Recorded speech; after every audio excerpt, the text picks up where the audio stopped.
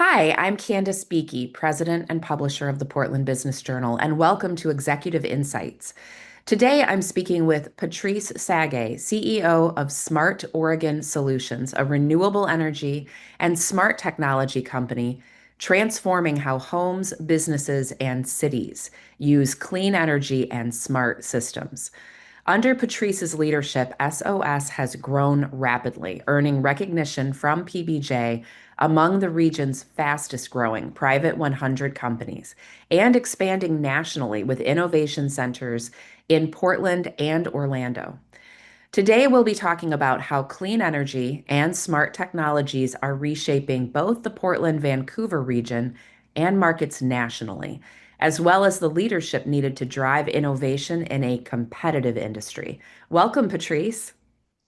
Candace, thank you so much. Good to be here. Excited to be partnered with the Portland Business Journal. Well, it's good to see you again. You're in an industry that is fascinating to me. It's fast moving, cutting edge, and I know very little. So I'm excited to ask you some questions today. Yes, yes. It's a fun industry, by the way. I hope so. Let's start with tell me about Smart Oregon Solutions and how the company fits into the Oregon clean energy and smart tech sector. First about Smart Oregon. So we exist, Candace, to bring sustainable or renewable energy along with smart technology together, right? And so we strongly believe that we are moving fast as a world, as a country, as a city into what we call smart city, which is simply defined as a, a cities or communities that are interconnected, right? Where technology enables our movement, enables our security, enables our activity, enables kind of everything we do. But we strongly believe at Smart Oregon that without renewable energy, truly a city, community, or company can't really be smart. Because if you think about what's required to maintain and sustain smart city, it's energy. Whether it's energy needed for the AI that runs it, whether it's energy needed for the light and electrification that's needed for it, whether it's energy needed for the facilities and so on, the energy. And no matter where you fall on the political spectrum, we all agree that our grid is just not sustainable. So when we forecast long term, we have a grid issue.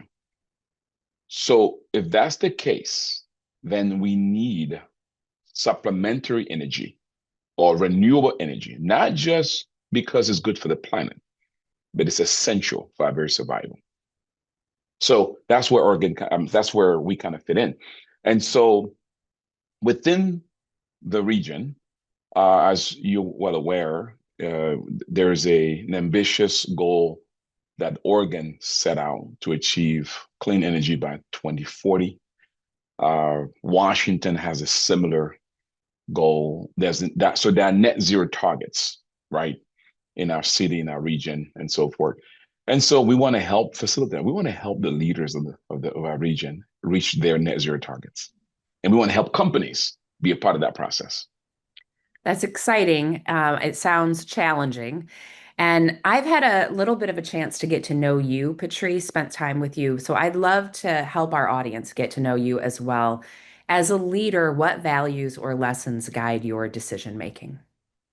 Well, first, Candace, I'm a man of faith, and my faith is very important to me because of what it's done to me personally, and and how it's guided me through moments of challenge and trials and clarity in midst of complexity. Second, my faith teaches me about the importance of loving your neighbor.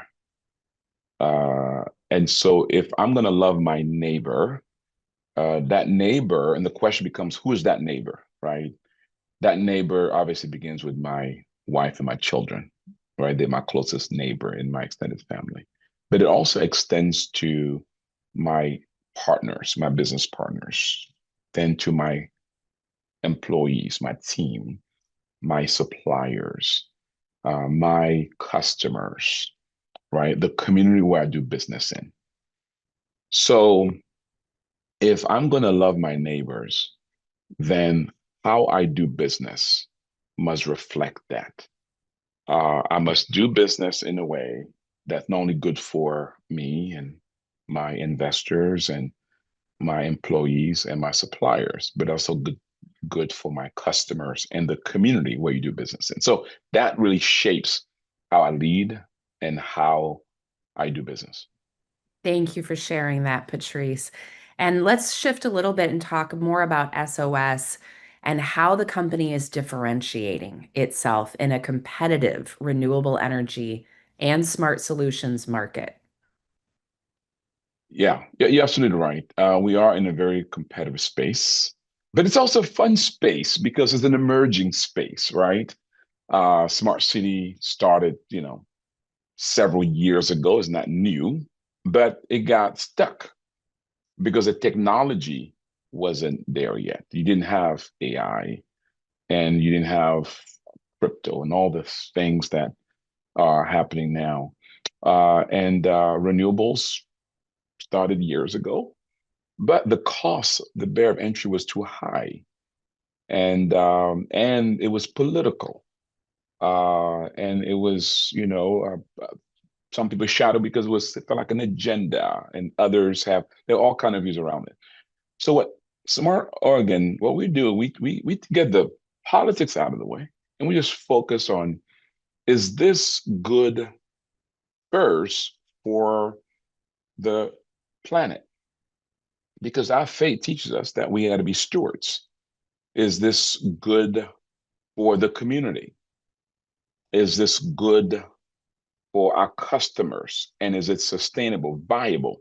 So our key competitive advantage is that for many companies, they're either smart technology, right? And they probably do it very well, or they're probably focused on renewable, whether it's solar, wind, whatever renewable energy they produce. We bring those two together. And we then develop or acquire through manufacturing partnerships the best in class products that meets that meets those two metrics, and bring those to our customers. But not only that, we're more than just trying to sell somebody a street light or solar panel or an EV charger or whatever we sell, but it's we pride ourselves in the long-term care.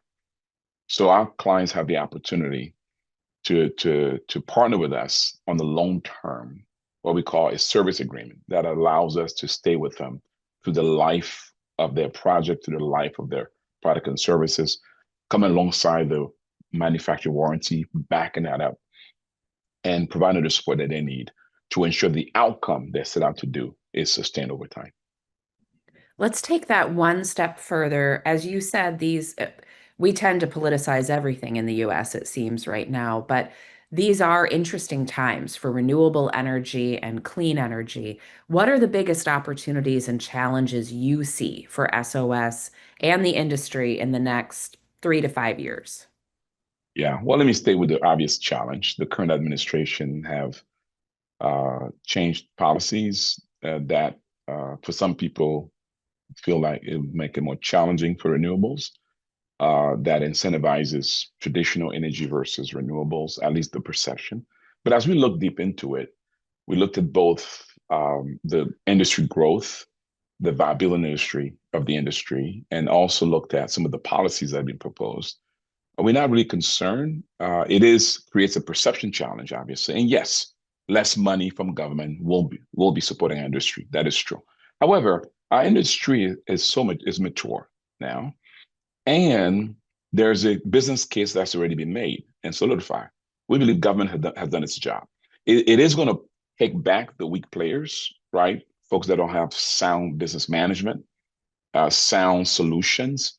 And we strongly believe that if a product or service cannot sustain without government subsidy, then it shouldn't be in business. There are times for government subsidy, particularly in early innovation, in early developments, but at a certain point, it should stand on its own merit. You are the publisher of the business journal. You understand that, right? So you would not be come alongside as entrepreneurs if we couldn't sustain our business without necessarily government. So for us, that's the challenge. But the opportunity then is this for strong players with sound strategies who are thinking about it from a long game, who are applying good business strategy, who are who are well capitalized. That's probably where maybe we are weak. We're not as well capitalized as we'd like to be, right? We're trying to fix that over time, but who are well capitalized. They're able then to take advantage of the opportunity of weak players coming out of the game or pretenders coming out of the game and provide viable solutions that are able to demonstrate to customers the fact that we can still serve them. Because the fact is, with or without government, you still got an energy issue. With or without government, there's still a need for connectivity and security. With or without government, AI is here to stay, right? So how do we live and be productive and build healthy organization in this new environment? You need connectivity and you need supplementary energy. We want to be that partner for you. So it sounds like you're still seeing significant demand for services in this area and expanding into new markets. Tell us about your expansions. 100%. Let me speak about the demand. One of on our energy renewable solution, we analyze with clients both the cost savings and the upside of the implementation before they even make a decision.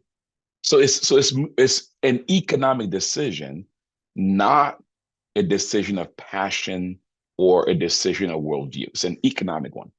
The numbers speak for themselves. So with that, in terms of expansion, the issues that we see with energy and connectivity is not just true for Oregon and Washington. It is true for not just the United States, but other parts of the world as well. So right now, our next major market that we're currently investing in is Florida. We just opened an office in Florida, and we're excited about the Florida market. It has a lot of sun, energy, right, and also the business community in Florida and the city governments understand the importance of leveraging that sun for supplementing their energy. We also looking into Africa. We're excited about that. It's a market that needs a lot more capital investment. So we're going at it slow because we don't want to sacrifice the U.S. for Africa because we recognize that it is our profit in the U.S. that would enable us to be able to go into developing markets like Africa and Latin America. We accept those markets because we see the long-term upside in those markets. And from an impact perspective, we also see that as a faith-led entrepreneur, as an African-born myself, we believe that it's a responsibility, a duty to take our business in markets that need it most and figure out a way to make it viable. And we're excited about that. And also we're looking at Texas as well. And of course, no market is close to us. However, we have a strategy of the Northwest, Florida, Texas, and then we open to any market that comes to us that makes sense, but our driven strategy, those markets, and then Africa and Latin America. Well, that's exciting, Patrice. Congratulations on your expansions. Congratulations on your fast growth. And thank you for sharing your executive insights with me today. Thank you. The pleasure is mine.